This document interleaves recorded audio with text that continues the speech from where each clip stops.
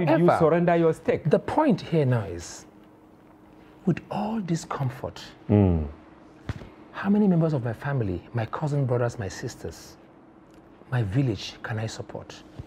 Today, as I speak to you, sir, just about a month plus ago, I lost my only biological sister. I loved this lady so much. To what? To cancer. Uh-oh. She died.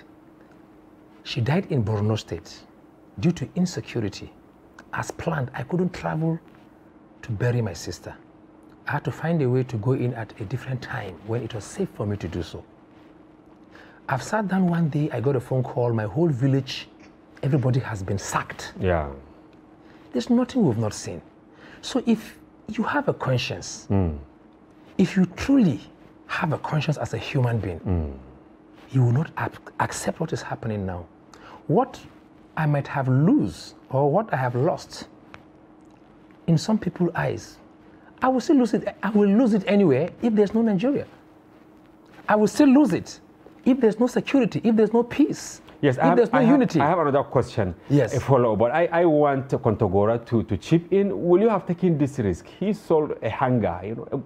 Not a hangar, my stake. Okay, stake, yeah. Stake in a serious business, which brings in, you know, a lot of money. He now surrendered it of sorts to support a candidate. Will you do that?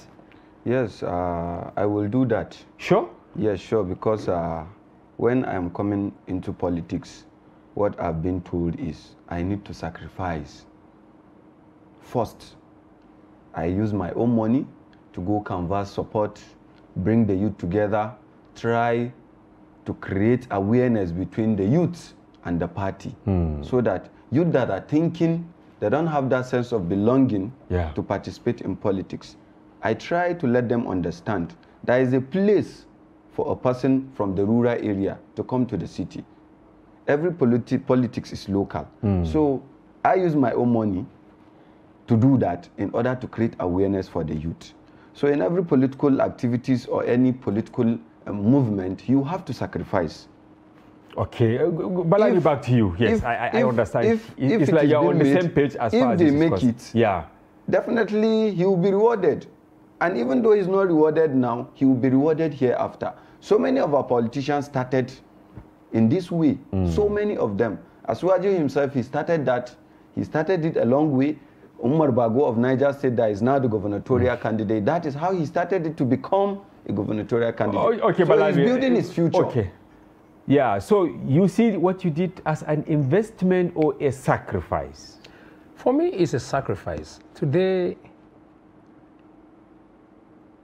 like I tell people, when I ran for Federal House of Reps under APC in 2019. Okay, which constituency? In Hawul Askira Oba in Borno South. Yes, yes.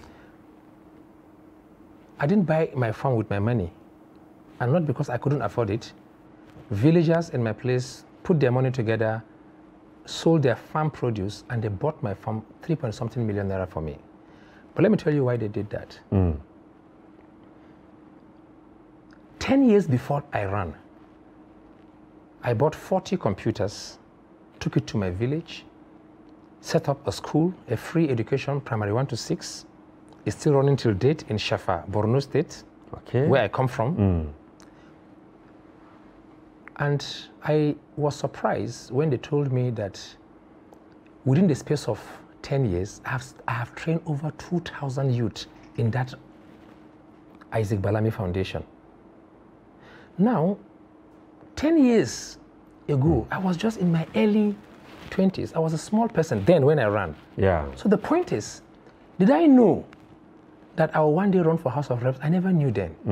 You see, when you do things, you just do it for the sake of God. If it is I was telling somebody, so when my principal, Peter Obi, wins, and I'm not rewarded with an appointment, does that mean that the world have come to an end?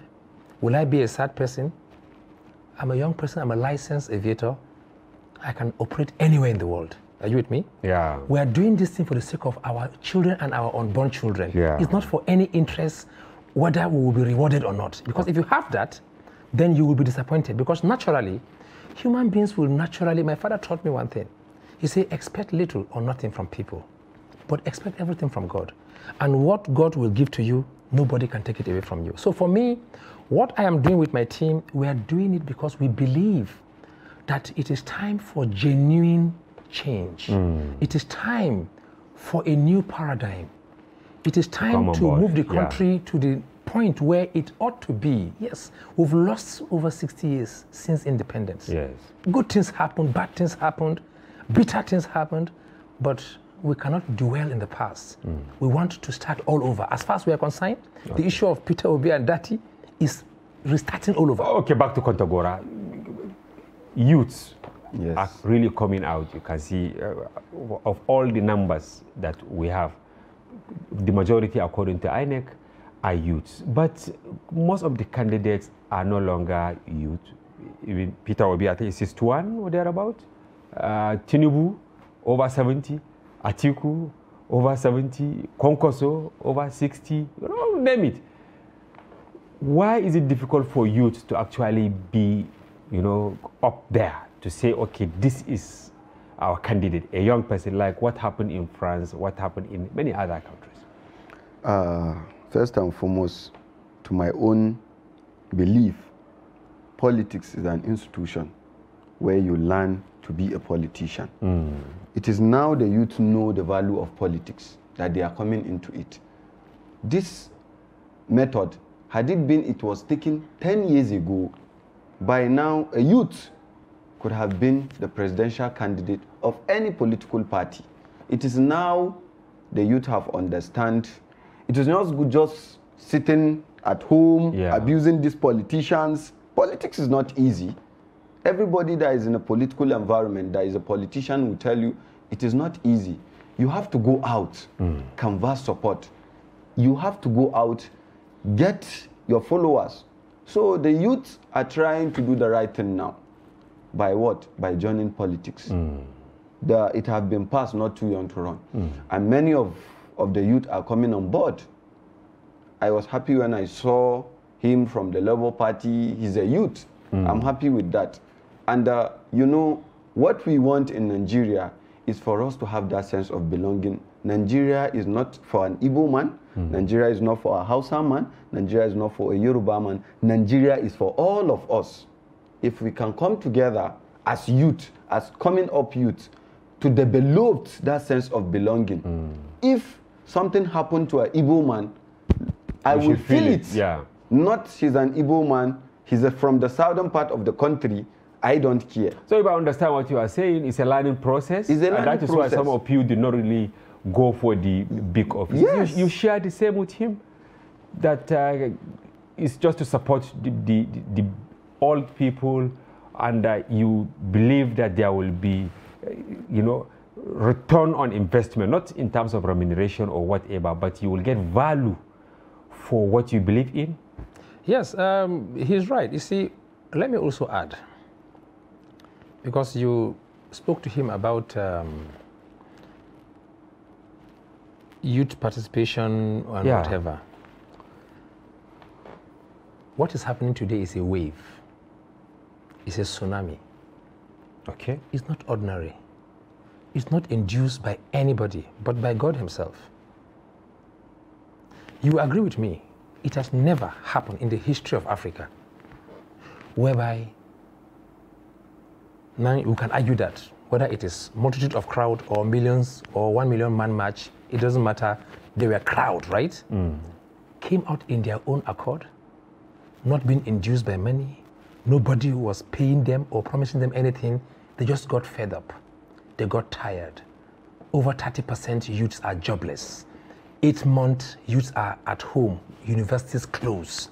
Yet, you are watching ministers, governors, and their children graduating from overseas and in private universities within Nigeria. People got tired. Are you with me? So the point here is, for the first time, hardship. Normally, you see, when you don't go through stress in life, you don't value life. Show me a spoiled brat. Show me a young person who was born with a silver spoon, whose parents never instilled in him, whether through Islam or Christianity or any religion, to be disciplined, to be a discipline, batch of discipline, culture, self-reliance, and then spoiled with money. You see them, they misbehave. They are drug addicts, most of them. That is what's happening. Today, when you say the obedient movement, this is talking about your party, yes? Yes, the Labour Party. Yes. Is something that even His Excellency, hopefully the incoming president, never expect. He knows that the level of followership and dirty is not by their money. But there is a concern. Yes. There is a concern. What is the concern? Yeah, the concern is that as a 61-year-old, and he has this record of cross-carpeting from one political party. What attracted you to him, not to maybe Tinubu or Atiku or Konkoso or Adewale Bayo, and 18 candidates? Is it the Asiwaju or Atiku who have not cross-carpeted? He only went from ABGA to PDP and now Labour Party. And the reasons are... Back to PDP before, yes, but it's still same PDP. Everybody is within PDP and APC and then ABGA now, right? You with me? The point is this. If you belong... I was in PDP as well. Before I joined APC, we supported Buhari in 2014/2015. I spent my money. I followed them to different states. I organized events even in the presidential banquet hall, brought 66 ambassadors, 18 governors' wives across APC, PDP, and ABGA then. And I didn't look at the party, I was looking at the rebirth of a new nation. We've done events at the Congress Hall at the Hilton. We've done event at the International Conference Center. We've brought in emirs to reunite this country, to talk about peaceful coexistence, religious tolerance, national healing, national reconciliation. Yes, we've done that. But when you sit down somewhere and you see that the party that you belong to have done so much damage to the country, to you, to your generation, to your unborn children, will you still remain there? It means you have no conscience. Even if it is how many billions that you are eating, you should have conscience. This is a serious indictment. You will continue. You are a member of APC. Of course. I am speaking with facts. Leader. I am speaking with fact and figures. And this is somebody from APC before. I am speaking with fact and figures. I'll tell you. I can show you pictures and videos of what I've done. What will you say? And you are still in. You are trying to support APC to remain in power. I'm still in APC. And why are you still in APC? In APC, because to me. In life, there should be a second opportunity, there should be a second chance. Okay. Why I decide to choose Asiwaju Bola Ahmed Tinubu, I support him because Adibin Asiwaju was not given the presidential ticket. Yeah. You will most likely cross-carpet also. Yes. But because he's a person that thinks ahead. Many of these youth that becomes House of Reps from various states, like Lado Suleja, he started politics, let me say, at the early age to be the national youth leader of the party. Tinubu supported him. Somebody from the north, he met him coincidentally, and he supported him. So we should have a sense of belonging now that the adjustments have been made. It has been made correctly, that youth are taking it right. Do the right thing. These AG people, we have mingled with them for long. For like 8 to 10 years ago, they have been giving us that virtue of power. You understand? APC have provided that sense of belonging for me. To come into the political environment. To be a member of the Presidential Campaign Council. Yes, not even being a member of the Presidential Campaign Council.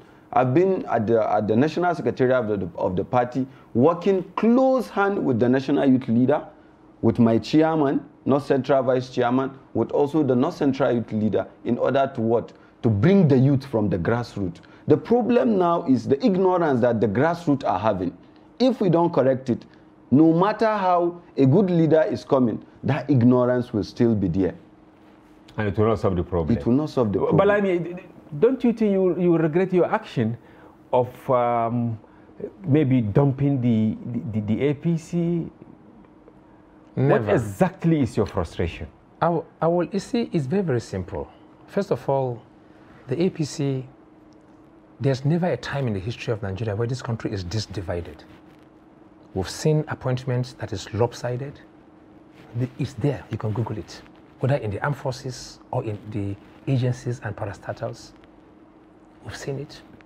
whether it is the PAMSECs across the country. But he said second I'm chance. going somewhere. I'm going somewhere. Okay. We did 2015 and we did 2019. First and second chance has been given already. Okay. Maybe he's asking for third chance, but it's okay. So No, Let me just I'll land. come to you. The I'll point come- here, yes. sir, is that even the blind can see, the deaf can hear. The country is divided. There's no trust amongst each other. There's no unity. The way and manner, even during the immediate past president, Goodluck Jonathan, that trusted people from Fulani, from Hausa, from Idoma, from Tiv, from different parts of the country, from Bura people, that trust is broken. You don't see it anymore. And why? Because of self. Because of self.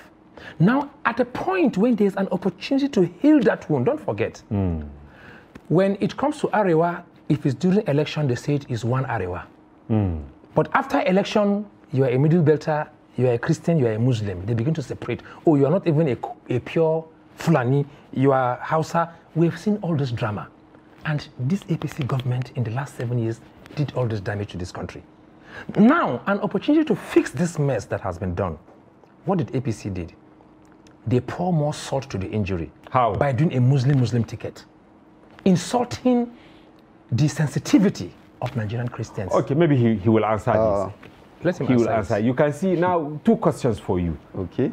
Based on what you said earlier, it's like you remain in APC. Is it for personal reason or is a nationalistic approach for remaining in APC? Because as he said, Nigeria is more divided than ever before. It is a national... And now look at what he said. You people are going for a Muslim ticket, even though it's not really a subject of discussion today for us. Okay. To me, why I'm still in APC, it is a national reason, because I'm a Nigerian. Whatever I will do, let me do it for the betterment of Nigeria, not myself. And then secondly, when choosing the presidential candidate, we go into the credibility.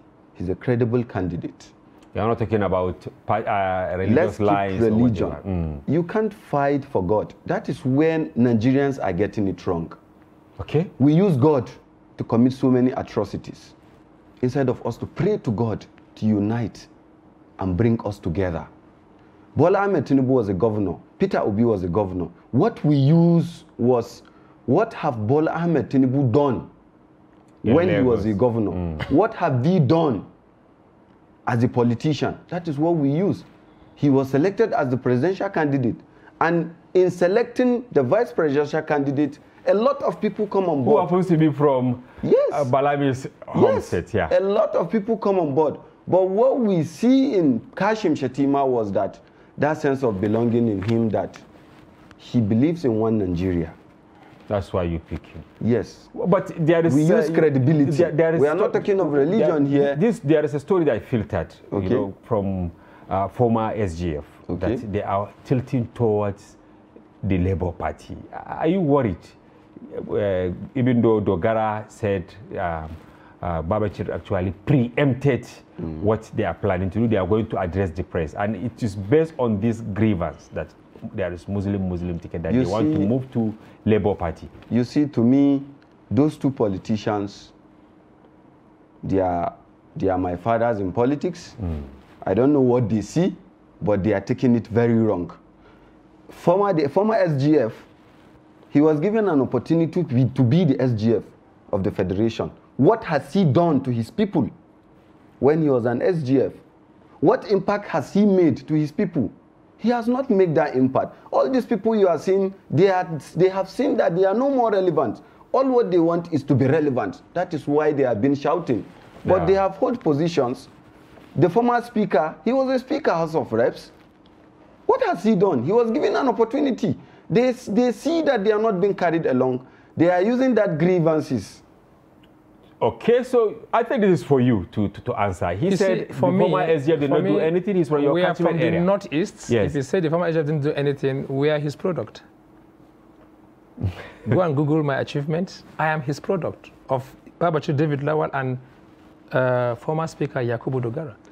I'm going somewhere. I'm just telling you, I'm just giving you a physical example of a product of their product. That is one. Two, Babachir and Dogara. Yes, yes. Respected people that... So you align, even though you are no longer in APC, you align with the fight. 100%. We're on the same page with them. We support what they are doing. You see, when people don't speak out, you see, and I'm happy, because at their age, what else do you want? God has blessed you. You've gotten to a level where, but you see, it is people that are selfish and greedy that will be looking at what they will benefit. And let me answer one question, sir.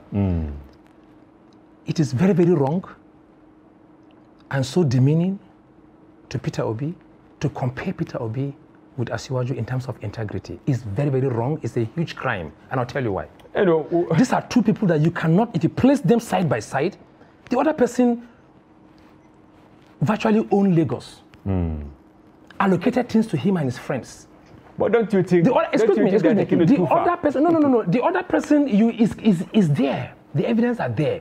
Somebody who, in terms of health, the Bill Gates and Melinda Foundation, whatever, recognize him as one of the best. Somebody who, when he went in there, in terms of education, his people were down there. He rose, they became #1. Is it in WAEC or JAM? Are you remember? Yeah. Somebody who called Innocent, he said, you are into production, right? Yeah. Of cars. Paid him up front, gave him deadline. And today, Innocent is exporting cars to other African countries. What we are talking about is actually the usage. The question I asked is the usage of sentiments. I'm talking about the issue of integrity. When you talk about integrity, they are not at the same level. It's not even possible. Anyway, beyond if you want, you can have a separate interview and itemize it in a tabular format. We'll do that. It will be more convincing to you. Exactly. But what we are somebody who believes that it is his turn to rule the country, whose turn? So Obi is saying that I am running through you, Nigeria. Will you welcome Babachir and Dogara to LP? They are not just only welcome. They are, as far as we are concerned, let me just tell you this. You see, and this is where you begin to know that the issue of LP obedient, whether Dogara move or Babachir David Lawal's move, is fight for the survival of Nigeria. It's not, you see, for people that are a bit myopic and they see things only one-sided, we are benefiting from APC now or from PDP now, the old order, they see it differently. But for people that want the best for this country, for the continent, they see this as an opportunity to put things in the right perspective. Thank you very much. I will stop both of you here. We will take a short break, and when we return, the conversation, very interesting conversation, will continue. Thank you. Guys, please don't go away.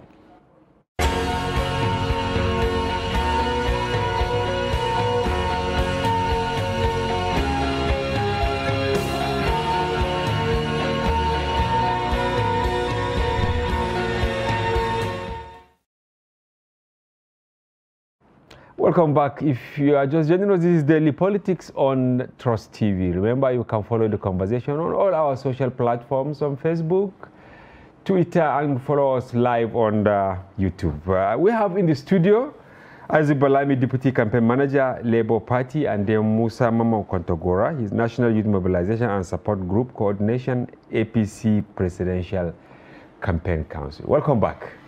Yes, we've been having interactive session, very interesting. But the issue is, as I asked earlier, that Babachir, Dogara, they are all planning to go to Labour Party. But there is a problem, because while they accuse APC of having Muslim tickets, they are not happy. Even in Labour Party, Obi is also being accused, because just yesterday in Ogun State, they said he populated his campaign council with people from the South. So how do we reconcile this? When you say people from the South, you see, people just talk. Okay. You have, the list is there. Look at the list. Okay. Look at even the women representation, over 30%, about 35% plus women. Youth, look at no party has that level of youth representation.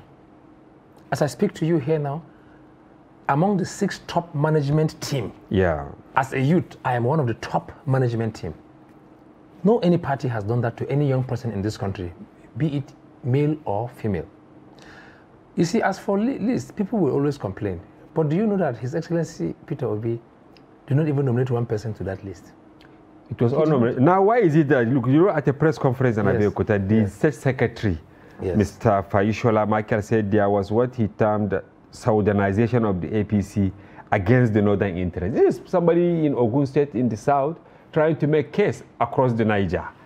So is it really possible to dismiss his observation? It's not about dismissing his observation. But if there are issues, I know that we've had issues. Yeah. Even at husband the time, and wife. I think the campaign. Even husband and wife. APC have issues now. PDP have issues. No party doesn't have issues. Yeah. And there's no any issue I'm aware of that has been brought to the management that has not been dealt with precisely. Our principal will always create time, set up a committee and look into it immediately. Yes. Call people to resolve it. I was in that same Ogun State last week. Okay.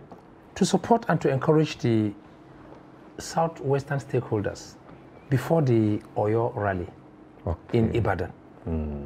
That issue was never raised. We had a family meeting, good meeting, no issue was raised. But you see, it's okay. Everybody reacts differently. You might have issues with somebody now, the person will wait for an opportunity to talk to you privately.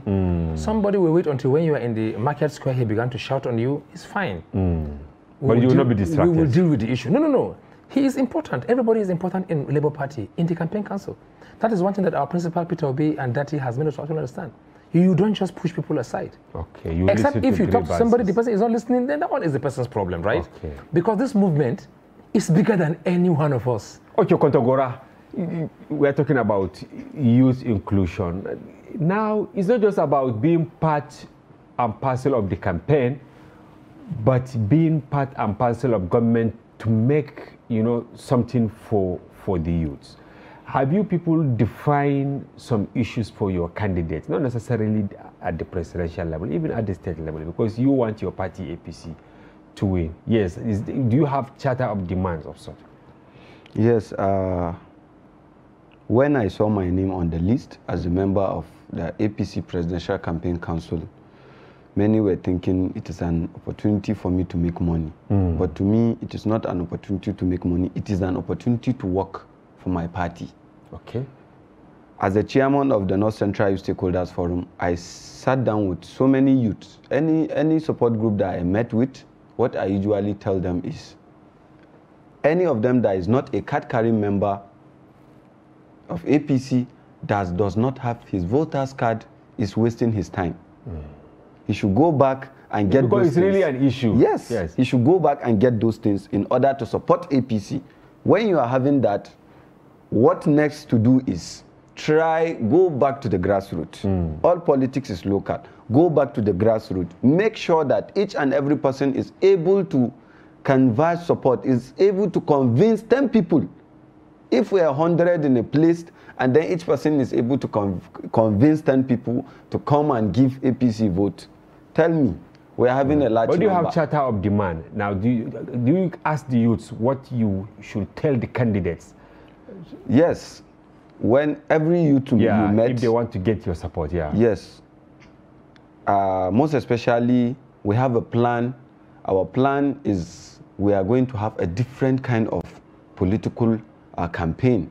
This time, we are going to go into skills acquisition. Okay. We are going to go into... So you need support towards that? Yes, we are going to go into free medical outreach in order... There are so many people at the grassroots. Yes, to do the campaign. Because the politicians have been saying one thing all the time. We are going to have another narration. What we are to say, we are not only promising you health or social amenity or education. Let us start it now. We go to the locality, we get youth, engage them into training, we give them all that is needed. Let us start practicalizing it now, not only promising. It is only God. This appears to be stomach infrastructure or transactional politics. What is your take? I want you to add this vis-a-vis your trip to Oyo. I think I heard of that trip, the presidential, aircraft of your candidate was grounded. Do you make any sense out of what happened? And more so, you are an aviation expert, yes. It's the issue about grounding of an aircraft. There can be so many reasons why aircraft will be grounded. Okay. It could be technical issues, it could be operational issues, it could be regulatory issues. Okay. It could be safety issues. I don't have. And it could be political. Of course, it could be political. I don't have the full gist, but the information going around and phone calls from 1 or 2 persons, proved that there was an error that our pilot made, not a safety error. Okay. Yes, but I think we were in Edo State, and I think, of course, the airport has a sunset restriction, but the airport has an airfield lightning. Okay. The captain might have requested for extension, and maybe it was delayed or it wasn't granted, and then he violated.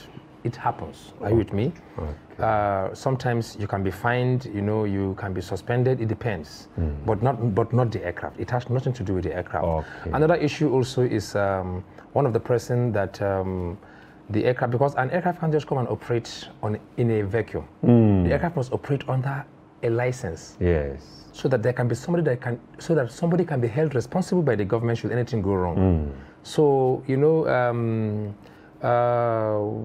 the person who brought the aircraft through him or her, the person is a bit scared because now the aircraft is branded obedient. Okay. So the person doesn't want the aircraft to operate, and the person is scared of maybe the government in power, or I don't know. Okay. But so it's just to move the aircraft from this license to a different license. There are more than 100 licenses available to be used. So the allegation that there was hand of government to actually restrict your candidate, you didn't buy it? You see, I don't even think the DG of the Civil Aviation is a very, very fine gentleman, Captain Musa Nehu. I had the privilege to work with him when he was a captain in Aero Contractors. I worked with him. I was the pilot president then. And he's somebody who I respect so much. You see what even happened to Dana, what happened to Azman. He's somebody who is very, very open-minded. If there are issues with documentation, it will be resolved. And I believe that Captain Musa Nuhu, Engineer Ajiboye, the Director of Airworthiness Standards and the Chairman of the FSG, that is the Flight Standard Group, it will be resolved hopefully. So. I don't have any issue, and if there's any issue, of course, we will talk, but for now, I don't think there's any issue at all. The issues will be resolved. It's just an issue of documentation and paperwork. So what are you doing about your campaign? Do you also have a charter? Because I'm sure you lead, multitude of people to do the campaign. What is their, demand? And do you think your candidate will actually deliver? So you see, our candidate is very, very clear about what he has to do. You hear him talking about moving the country from consumption to production. He's talking about agriculture. He said he's going to turn the entire 19 northern states into a gold mine. It's obvious. He's talked about it not once, not twice. But what is more important is that there's this thing that is on now, the Obi Dati campaign website. Very soon it's been on, but we are going to launch it officially. It's called Talk to Obi and Dati. It's a platform where any Nigerian from any village, whether it's through message or through internet, you can talk to the president, to the incoming president on your needs, your demands, your locality, because you see, our challenges are actually peculiar to, our environment. Somebody who is from Borno South like myself, I have a different challenge from somebody who is from Port Harcourt. Yeah. Somebody from South is suffering from pollution, contamination of their water. It's like user-specific. Yes, for me, the engagement. So that platform has been created, and very soon Nigerians will know more about it. He wants to engage with people, he wants to talk to them. So in every local government, in fact, in a local government, sometimes different wards have their own challenges. Yes. So this application has the ability to give you access to localize your challenge, and then he will see it clearly. So when he's coming to your state or coming to your local government, himself and the vice president can engage, and that is what we're doing. We are trying to actually deploy technology to talk to people. Yeah, Kontagora, your candidate, Tinubu said, that he's scared of social media because of torrents of, stories about him that are uncomplimentary and all that. And many said 2023 is about serious campaign on social media. Don't you think this will be a disadvantage to you? It is not. Because to me, social media, there is no polling unit in social media. The only thing that is being done on social media is to creating, it is just used for creating awareness. Apart from that, the most important thing is done at the grassroots. So what the PCC is doing now is just organizing. We are done with town hall meeting. We will soon be done with rally. Okay. Tomorrow we are going to Lagos. Immediately after we have done our rally, each and every directorate will be given the mandate, go back to your locality. Every member of PCC, of APC PCC, should go back to his locality, should be able to get the youth, get the grassroots, work his gubernatorial candidate with senatorial candidate in order to canvass support for APC. We have a new program that will soon be unveiled by the Honorable State Minister, FCT, 1 to tell 10. Okay. If a person is being able to convince 10, we move. All what we are trying to tell Nigerians is we are capable of handling Nigeria. Yeah. We are capable of bringing change. And that change, the only person that can bring that change is Asuwaji Bola Ahmed Tinubu, come 2023. There is no doubt about that. We are going to the poll to win. We are not going for just game. Okay. We are going to win. Thank you very much. But I mean, the two of you will answer this in maybe 15 seconds. When will it be the time for the youths? You are now part of the campaign, but when will it be the time for the youths to actually be in the front banner? For us, His Excellency Peter Obi, he's creating way for the youth to have hope. This is somebody who, with his Vice President Datti, acknowledge that they don't deserve this level of popularity and support, and they are willing, they've promised not to betray, and they've assured us that by the time they are done, they won't hand over the country to the old brigade. It will get better. Good. It will get better. Are you sure Tinubu, if he gets it, he will hand over to the youths? Even presently, the youth are involved. If me, that I'm from Kontagora local government, is being opportuned to be in the APC Presidential Campaign Council, to be carried along in the Presidential Campaign Council activities, am I not carried along? Let us not demand for much. Okay. Let us demand for little. You grow by little. Thank you. You shouldn't be demanding for big positions. Thank you very much. That is Musa Mamman Kontagora, National Youth Mobilization and Support Group Coordination, APC Presidential Campaign Council.